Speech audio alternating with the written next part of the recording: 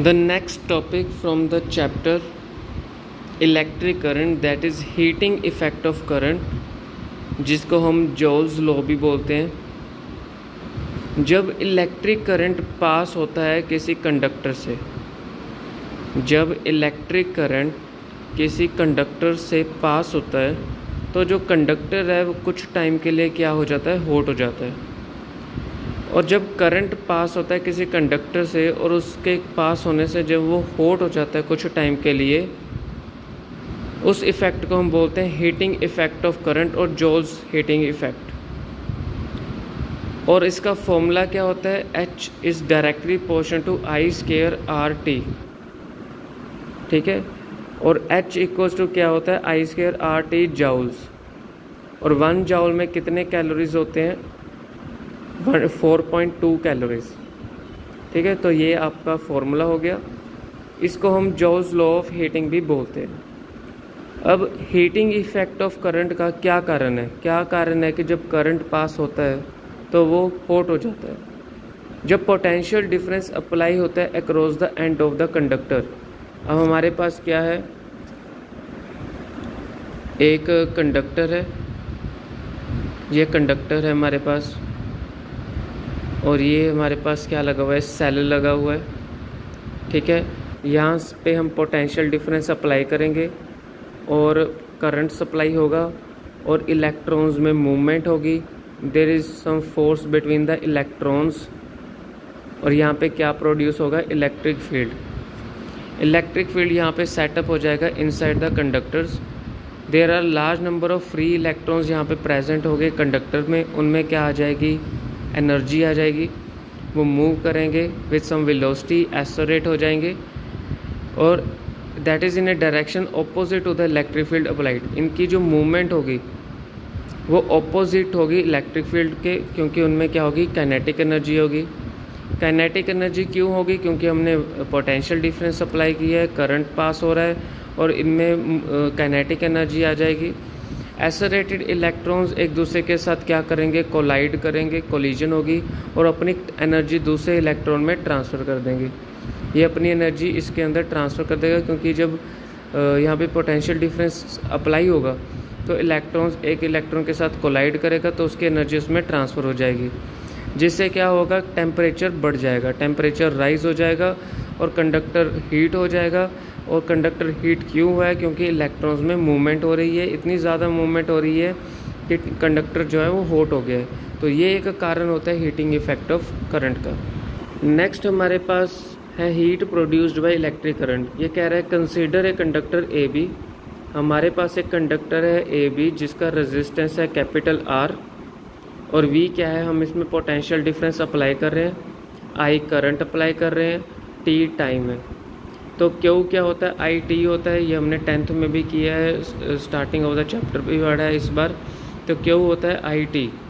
और work done क्या होता है, पोटेंशियल डिफरेंस क्या होता है, work done by quantity of charge moved. ये भी हमने 10th में पढ़ा है। तो वर्क डन क्या हो जाएगा, V मल्टीप्लाई Q हो जाएगा, Q की वैल्यू IT हो जाएगी। और V क्या होता है, according to Ohm's law IR होता है, उसको यहाँ पे पुट कर देंगे तो क्या हो जाएगा, I² RT आ जाएगा। तो ये हमारे पास फॉर्मूला हो जाएगा I² RT joules, I² RT by 4.2 calories आ जाएगा। इसको हम जॉल्स लॉ ऑफ हीटिंग बोलते हैं। फिर आता है इलेक्ट्रिक पावर क्या होता है। पावर क्या होता है, वर्क डन अपॉन टाइम। कितना वर्क डन लग रहा है उन चार्जेस को फ्लो कराने में इन टाइम 1 सेकेंड।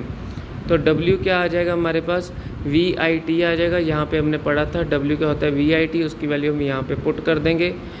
T और T कैंसिल हो जाएगा, VI हो जाएगा। तो पावर का फॉर्मूला क्या हो गया, V मल्टीप्लाई I।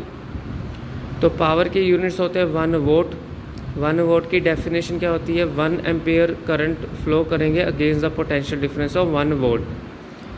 1 किलोवाट में कितने वोट होते हैं, 10³ वोट होते हैं। 1 मेगावाट किसके इक्वल होता है, 10⁶ वोट के होता है। 1 हॉर्स पावर में कितने वोट होते हैं, 746 वोट होते हैं। इलेक्ट्रिकल एनर्जी क्या होता है, द टोटल वर्क डन और एनर्जी सप्लाइड।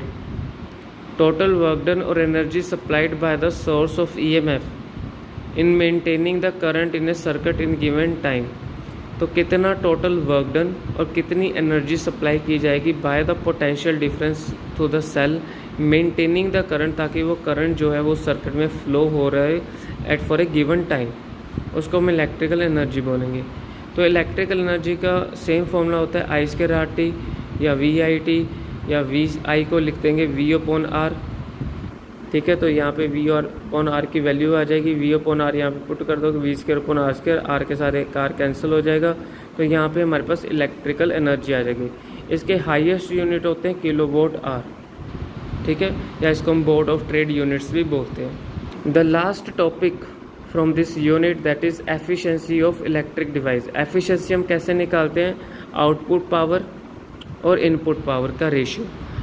इनपुट पावर क्या होगी कि जो बाहर से पावर प्लांट से कितनी पावर आपको सप्लाई हो रही है, और आउटपुट पावर हाउस होल्ड में कितनी आ रही है। ठीक है, तो उस आउटपुट पावर को इनपुट पावर के साथ डिवाइड कर देंगे। Output mechanical power divide by input electrical power. Input electrical power कितनी आ रही है और आउटपुट मैकेनिकल पावर कितनी आप अपने घर में सप्लाई कर पा रहे हो, कितनी यूज़ हो रही है, उसको हम कहते हैं एफिशिएंसी। तो इनपुट इलेक्ट्रिक पावर कैसे कैलकुलेट करेंगे? जो आउटपुट मैकेनिकल पावर है उसको प्लस कर देंगे पावर लॉस्ट इन कुछ अमाउंट ऑफ पावर जो लॉस हो जाती है हीट के रूप में, तो वो प्लस कर देंगे आउटपुट मैकेनिकल पावर के साथ, वो हो जाएगा input electric power. Maximum power transfer theorem क्या होती है? It states that the power output across a certain load due to a cell और ए बैटरी। तो ये हमारे पास कंडक्टर है, ये हमारे पास सेल है। इस सेल की वजह से कितनी आउटपुट पावर आपको मिल रही है वो मैक्सिमम होगी इफ़ लोड रेजिस्टेंस इक्वल। अगर ये जो लोड रेजिस्टेंस होता है कैपिटल R, वो किसके इक्वल होता है? Internal resistance of the cell. इसका जो इंटरनल रेजिस्टेंस होता है वो स्मॉल r होता है, पूरे सर्किट रेजिस्टेंस कैपिटल R होता है।